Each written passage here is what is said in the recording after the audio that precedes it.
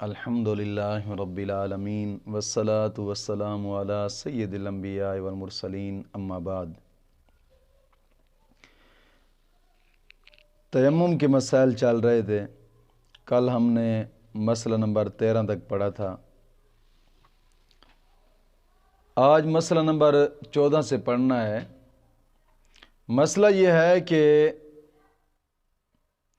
نماز پڑھتے میں کسی کے پاس پانی دیکھا اور غالب گمان یہ ہے کہ وہ پانی دے دے گا، تو اس کو چاہیے کہ نماز توڑ دے، نماز توڑ دے اور اس سے پانی مانگے، نماز توڑ کر پانی مانگے۔ اگر اس کو غالب گمان ہے کہ وہ پانی دے گا تو نماز توڑ دے اور اس سے پانی مانگے۔ اگر نہیں مانگا پانی اور نماز پوری کر لی ہے، اب اس نے پانی اس کو خود دے دیا ہے یا اس کے مانگنے پر دے دیا ہے، تو دونوں صورتوں میں وضو کر کے نماز دوبارہ اعادہ کرے، لازم ہے۔ اور اگر اس نے پانی نہ دیا، خود بھی نہیں دیا یا اس کے مانگنے پر نہیں دیا، تو جو نماز پڑھی ہے وہ ہو گئی ہے۔ اسی مسئلے کی اگلی جزی یہ ہے کہ اگر دینے کا گمان تک بھی نہ تھا اس کو کہ یار وہ نہیں دے گا، اس کو گمان ہی نہیں تھا کہ وہ نہیں دے گا، نماز کے بعد اس نے خود دے دیا ہے یا پھر اس کے مانگنے سے دے دیا ہے، پھر بھی وضو کر کے نماز کا دوبارہ اعادہ کرے۔ اس مسئلے کی تیسری جزء یہ ہے کہ اگر اس نے نہ خود مانگا ہے اور نہ اس نے خود پانی دیا ہے اور نہ ہی اس نے خود مانگا ہے، مانگتا تو ظاہری بات ہے حال معلوم ہو جاتا، اس نے خود مانگا بھی نہیں ہے تو نماز ہو گئی ہے۔ اور اس مسئلے کی چوتھی جزء یہ ہے کہ اگر نماز پڑھنے میں اس نے خود کہا، یہ نماز پڑھ رہا تھا، بندہ آیا جس کے پاس پانی تھا، اس نے خود کہا کہ یار پانی لے لو، وضو کر کے نماز پڑھ لو، اس نے کہا پانی لے لو، اور اب دیکھا جائے گا کہ جو کہنے والا ہے وہ مسلمان ہے یا کافر ہے۔ اگر تو مسلمان ہے تو اس پر فرض ہے کہ نماز توڑ دے اور اسے پانی لے کر وضو کرے۔ اگر کہنے والا بندہ مسلمان نہیں ہے بلکہ کافر ہے، اس پر ضروری ہے کہ نماز کو نہ توڑے، کافر کی بات کا کوئی اعتبار نہیں ہے جی، کسی موڑ پہ اعتبار نہیں ہے۔ اب یہ ویسے موڑ جناب جی اعتبار کیے جا رہے ہیں، جناب اس نے کہا یہ آج بارش ہے کہ اس نے مان لیا، یہ فلاں ہوگا اس نے مان لیا، یہ ہو جائے گا اس نے مان لیا۔ کافر کی بات کا کوئی اعتبار نہیں ہے شریعت میں۔ نماز پڑھ رہا ہے، کہنے والا اگر کہتا ہے کہ پانی لے لو، اس کی اس حالت کو اب دیکھا جائے گا کہ بھئی جس کی آواز آئی ہے یہ مسلمان ہے یا کافر ہے۔ اگر مسلمان ہے تو نماز توڑنا فرض ہے اس پر، اگر وہ کافر ہے تو اس کا نماز نہ توڑنا فرض ہے، نماز کو پورا کرے گا، کیونکہ کافر کی بات پر کوئی اعتبار نہیں ہے۔ اگر اس نے نماز نہیں توڑی، نماز اس نے بالکل نہیں توڑی، اور پھر نماز کے بعد کافر نے پانی خود بخود دے دیا ہے، خود بخود دے دیا ہے، اب اس پر لازم ہے کہ وضو کر کے دوبارہ نماز کا اعادہ کرے گا، لیکن اس کے کہنے پر نماز نہیں توڑے گا کیونکہ اس کی بات کا کوئی اعتبار نہیں ہوتا۔ مسئلہ سمجھ آیا کہ نہیں آیا؟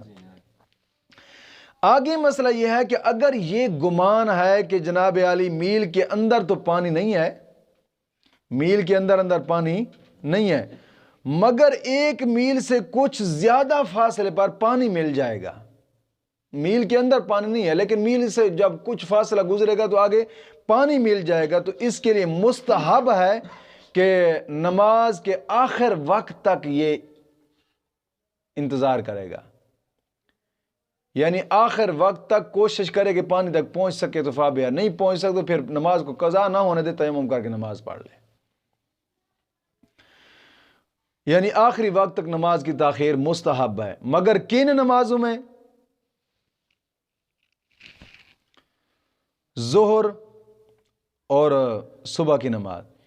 عصر، مغرب اور عشاء، ان تین نمازوں میں اتنی دیر نہ کرے۔ عصر، مغرب اور عشاء میں اتنی دیر نہ کرے کہ ایسا نہ ہو کہ کہیں وقت کراہت آ جائے۔ مسئلہ سمجھ آیا کہ نہیں آیا؟ ہاں، اگر تاخیر نہ کی، اس نے اتنی دیر نہیں کی، تیمم کر کے نمازیں پڑھ لی ہیں تو ہو گئی ہے، نماز ہو گئی ہے۔ آگے مسئلہ یہ ہے کہ اگر ایسا دشمن ہے کہ جناب جی ویسے تو اس کو کچھ نہیں بولے گا، دشمن اس کا ہے لیکن ویسے اس کو کچھ نہیں بولے گا، مگر دشمن یہ کہتا ہے کہ وضو کے لیے پانی لوگے تو جان سے مار ڈالوں گا، تو یہ تیمم کرے۔ وضو کے لیے پانی مانگا تو جان سے مار ڈالوں گا یا قید کر دوں گا، تو اس صورت میں بھی حکم یہی ہے کہ یہ تیمم کر کے جناب عالی نماز پڑھ لے، پھر جب موقع ملے تو وضو کر کے نماز کا اعادہ کر لے۔ اسی طرح کوئی قیدی ہے، قید خانہ کے اندر بند ہے، جیل کے اندر بند ہے، قیدی ہے، اب قید خانے والے جو ہیں وہ وضو نہیں کرنے دیتے، اس کو چاہیے کہ تیمم کر کے نماز پڑھ لیں، اور پھر جب اس کو موقع ملے وضو کا، اس وقت وضو کر کے اسی نماز کا دوبارہ اعادہ کر لیں۔ اگر وہ دشمن یا قید میں ہے کہ وہ قید خانہ والے جو ہیں وہ نماز بھی نہیں پڑھنے دیتے، نماز بھی نہیں پڑھنے دیتے، اس کو وضو تو بجا رہ گیا، نماز بھی نہیں پڑھنے دیتے، پھر اس کو چاہیے کہ جناب علی تیمم کر کے نماز اشارے سے پڑھ لے، نماز اشارے سے پڑھے، پھر جب موقع ملے تو نماز کا اعادہ کر لے۔ ہاں، آگے مسئلہ یہ ہے کہ اگر ساتھ والا اس کے پاس ایک آدمی ہے، اس کے پاس ڈول بھی ہے اور رسی بھی ہے، دونوں چیزیں ہیں، وہ کہتا ہے کہ جناب جی ٹھہر جا، میں پانی بھر کر فارغ ہو کر پھر تجھے جناب جی دوں گا، تو اس کو مستحب یہی ہے کہ یہ انتظار کرے، اس کا مستحب یہی ہے کہ یہ انتظار کرے گا۔ اگر انتظار نہ کیا اور تیمم کر کے نماز پڑھ لی تو ہو جائے گی، اگر کافر ہے تو یہ انتظار بھی نہ کرے اس کی بات کا، کیونکہ اس کی بات کا کوئی اعتبار ہی نہیں ہے۔ مسلمان ہے تو پھر یہ انتظار کرے گا، جس کے پاس ڈول رسی ہے نا، اگر وہ شخص مسلمان ہے تو یہ انتظار کرے، اگر مسلمان نہیں ہو کافر ہے تو پھر اس کی بات کا کوئی اعتبار نہیں ہے، یہ انتظار ہی نہ کرے۔ آگے مسئلہ یہ ہے کہ رسی چھوٹی ہے کہ وہ پانی تک پہنچتی نہیں ہے، پانی کنویں کے اندر ہے جہاں سے اس نے بھر کر وضو کرنا ہے، رسی چھوٹی ہے، وہ وہاں تک پہنچتی نہیں ہے، اور اس کے پاس کوئی کپڑا نہیں ہے، نہ ہی کوئی رومال ہے، اور نہ ہی کوئی امامہ شریف ہے، اور نہ ہی کوئی جناب جی کوئی دوپٹہ ہے کہ جس کو جوڑ کر یہ پانی لے لے۔ اگر اس کے پاس رومال، امامہ یا کوئی دوپٹہ، کوئی ایسی چیز ہے کہ جس کے ساتھ یہ جوڑ کر پانی بھر سکتا ہے تو پھر اس کے لیے تیمم جائز نہیں ہے، پھر اس کے لیے تیمم جائز نہیں ہے۔ اگر یہ چیزیں نہیں ہیں اور پانی کا کوئی طریقہ انداز نہیں ہے کہ وہ پانی بھر سکے گا تو پھر اس کے لیے ضروری ہے کہ تیمم کر کے نماز پڑھ لے۔ آگے مسئلہ یہ ہے کہ پانی موجود ہے، پانی موجود ہے مگر آٹا گوندنے کی اس کو ضرورت ہے، آٹا گوندنے کی ضرورت ہے تو پھر بھی تیمم جائز ہے اس کے لیے، لیکن اگر یہ کہتا ہے کہ جناب علی نہیں شوربے کے لیے میں پانی رکھوں، خود تیمم کر لوں، پانی کی شوربے کے لیے میں جناب جی ضرورت ہے مجھے پانی، تو پھر اس کے لیے تیمم جائز نہیں ہے، کیونکہ آٹا جو ہے وہ بغیر پانی کے گوندا نہیں جاتا، سالن تو بغیر پانی کے پک جاتا ہے، لہذا جس چیز کی اس مسلمان کو ضرورت ہے نا اس پر لگے گا، اس کے لیے پھر تیمم جائز ہو جائے گا۔ اگر شوربے کے لیے پانی رکھتا ہے پھر تیمم کے لیے تیمم جائز نہیں ہے۔ آگے مسئلہ یہ ہے کہ بدن یا کوئی کپڑا اس قدر نجس ہے کہ جس طرح کہ نماز نہیں ہوتی جس نجس کپڑے سے، اتنا نجس ہے، یعنی درہم سے زیادہ یا درہم کے برابر ہے، نجس ہے۔ اور پانی بھی صرف اتنا ہے کہ وضو کرتا ہے تو جناب علی کپڑا پاک نہیں ہوتا، کپڑے کو پاک کرتا ہے تو وضو نہیں ہوتا۔ اب اس کے لیے ضروری یہ ہے کہ وہ اس پانی سے کپڑے کو پاک کر لے اور پھر نماز کے لیے تیمم کرے۔ اگر اس نے کپڑا پاک کرنے سے پہلے تیمم کیا ہے اور بعد میں کپڑا جناب علی اس نے دھویا ہے، تو جیسے ہی پہلے تیمم کیا تھا بعد میں کپڑا دھویا ہے تو اس پانی کو دیکھنے سے ہی اس کا تیمم ٹوٹ گیا ہے۔ اب کپڑا دھونے کے بعد پھر دوبارہ سے تیمم کر کے نماز پڑھے گا۔ مسئلہ سمجھ آیا کہ نہیں آیا؟ جی۔ آگے مسئلہ یہ ہے کہ مسافر آدمی تھا، جا رہا تھا، راستے میں اس کو پانی ملا ہے، ایک پانی پڑا تھا۔ اب کوئی ایسا آدمی وہاں پہ ہے کہ جس سے یہ پوچھ سکتا ہے پانی کے بارے میں، بھائی یہ پانی پینے کے لیے ہے یا تیمم کے لیے ہے؟ اگر وہ شخص کہے کہ جناب علی یہ پانی پینے کے لیے ہے تو اب تیمم کرے گا، وضو اس کے لیے جائز نہیں ہے، تیمم کرے گا جو پانی وہ پینے کے لیے۔ اگر اس نے کہا کہ جناب علی یہ پانی پینے کے لیے بھی ہے اور وضو کے لیے بھی ہے، پینے کے لیے بھی ہے اور وضو کے لیے بھی ہے، تو اس صورت میں بھی تیمم جائز نہیں ہے اس کے لیے، ٹھیک ہے نا جی۔ اگر کوئی ایسا ہے ہی نہیں شخص کہ وہ بتا سکے یہ پانی کس کے لیے ہے،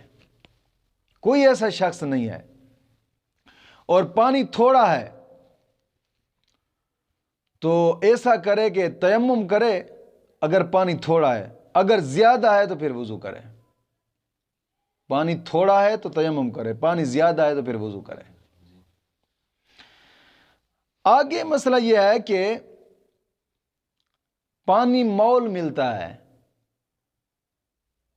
پانی مول ملتا ہے لیکن اس کے پاس حاجت ضروریہ سے جناب علی زیادہ دام ہی نہیں ہے۔ پانی مول ملتا ہے لیکن پیسے اس کے پاس صرف اتنے ہیں کہ جناب علی یہ کھانا کھا سکے گا بس، اور اس سے زیادہ خرچ کرنے کے لیے نہیں ہے جناب، نہ سگریٹ کے لیے بچتے ہیں اور نہ ہی حقے کے لیے اور نہ ہی نسوار کے لیے اور نہ ہی پان کھانے کے لیے پیسے بچتے ہیں، صرف کھانے کے لیے پیسے بچتے ہیں، تو پھر بھی اس کے لیے تیمم جائز ہے۔ پانی مول نہ خریدے، اس کے لیے تیمم جائز ہے، جو وہ پیسے ہیں جناب علی ان سے یہ کھانا کھا لے۔ آگے مسئلہ یہ ہے کہ وضو کر کے عیدین کی نماز پڑھ رہا تھا، عیدین کی نماز پڑھ رہا تھا، نماز کے درمیان میں اس کا وضو ٹوٹ گیا ہے، نماز کے درمیان میں عیدین کی نماز پڑھ رہا تھا، وضو ٹوٹ گیا ہے۔ اب وضو کرتا ہے تو وقت چلا جائے گا، یعنی ٹائم ہی اتنا ہے، وقت جاتا رہے گا، یا پھر جماعت ہو جائے گی، وضو کرنے کے لیے جاتا ہے تو اب بھی یہ تیمم کر کے نماز پڑھ لیں اگرچہ پانی کے ہوتے ہوئے، ٹھیک ہے نا جی۔ یہ اسی لیے تو سوال کیا جاتا ہے کہ جناب جی وہ آدمی بتائیں کہ اس کے پاس پانی بھی وافر تھا، بالکل صحیح سلامت بھی تھا، اس کے اعضاء بھی ٹھیک تھے، سب کچھ صحیح تھا، لیکن پھر بھی اس کے لیے تیمم جائز ہے۔ اس کا جواب یہی ہوتا ہے کہ جناب علی نماز عیدین کی نماز تھی اور درمیان میں جناب علی وہ اس کا وضو ٹوٹ گیا ہے، اب وضو کرتا ہے تو نماز چلی جائے گی یا جماعت ختم ہو جائے گی، اس کے لیے جائز ہے کہ یہ تیمم کر کے نماز پڑھ لے۔ مسئلہ سمجھ آیا کہ نہیں آیا؟ جی، یہ ایک فقہی کہاوت ہے، ہاں وہ یہ پہلی جسے ہم کہتے ہیں نا پہلیاں، یہ فقہی پہلیاں ہیں۔ آگے مسئلہ یہ ہے کہ گہن کی نماز کے لیے بھی تیمم جائز ہے۔ سورج گہن لگا ہوا ہے، اس نماز کے لیے بھی تیمم جائز ہے۔ اس وقت جائز ہے کہ جب یہ کہتا ہے کہ میں وضو کرنے لگ جاؤں تو جناب جی گہن کھل جائے گا، یا پھر جماعت ہو جانے کا اس کو اندیشہ ہو، جماعت ختم ہو جائے گی یا گہن کھل جائے گا، تو ان دونوں صورتوں میں یہ تیمم کر کے جناب جی گہن کی نماز پڑھے۔ آگے مسئلہ یہ ہے کہ وضو میں مشغول ہوگا یہ شخص، اگر وضو میں مشغول ہوتا ہے تو ظہر یا مغرب یا عشاء یا جمعہ کی پچھلی سنتوں کا یا نماز چاشت کا وقت جاتا ہے،